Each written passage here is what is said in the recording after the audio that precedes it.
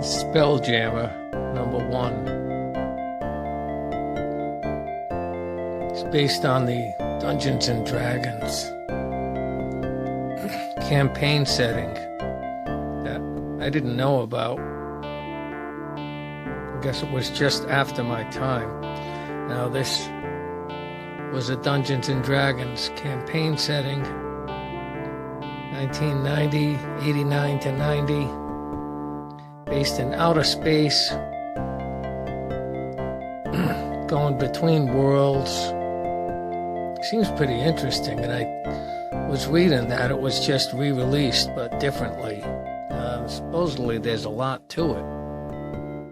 The comic book series went 15 issues,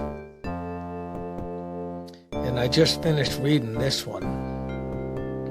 Now there's also a video game. There's 5 full novels. There's a live play series, and modules.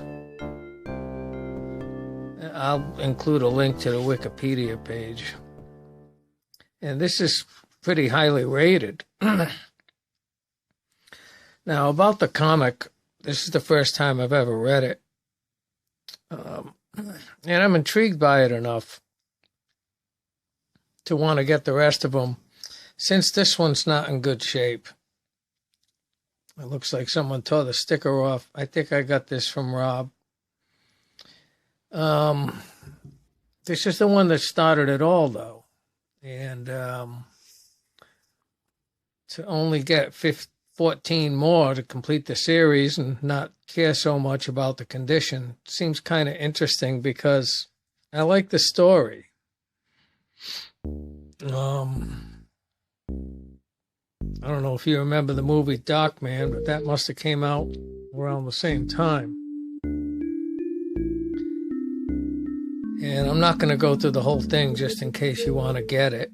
Pick up a copy. But you can see there's different worlds, and the space is like crystal spheres.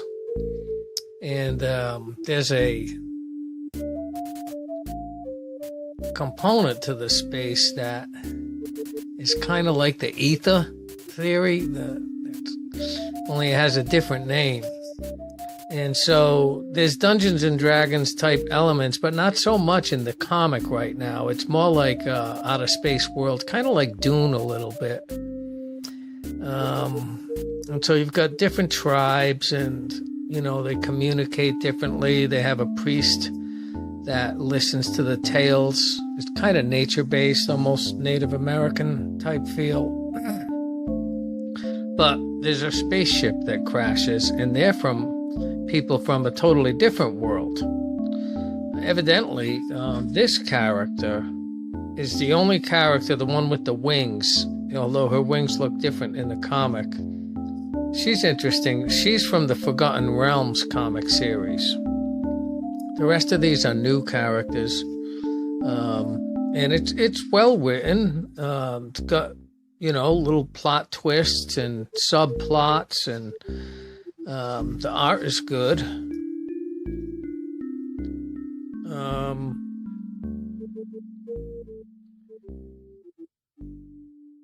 The art's good. I mean,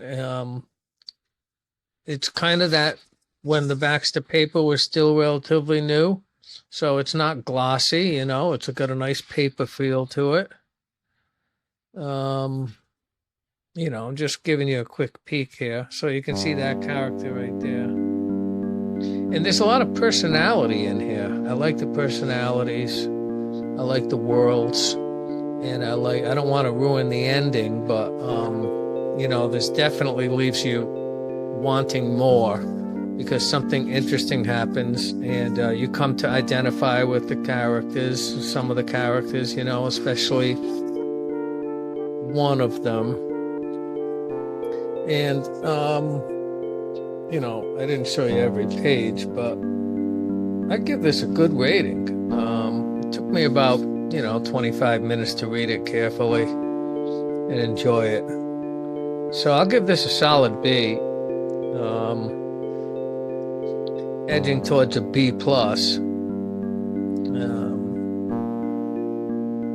And that's all I wanted to tell you about it. So, you know, kind of sucks you in. You know, it's interesting how the spell jamming part of it is the ships are moved by magic. And so there's one woman that was capable of it, and she's out of commission, but they end up bringing her back, kind of. And the ship almost has a mind of its own, also. And so by spell jamming, they can go from planet to planet and different stuff. But they haven't made that planetary journey that's going to start towards the end there.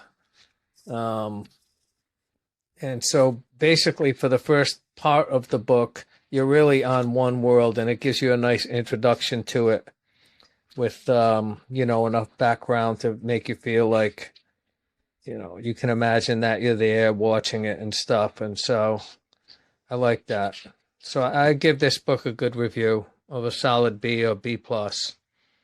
And I had no idea that there was so much going on with Spelljammer.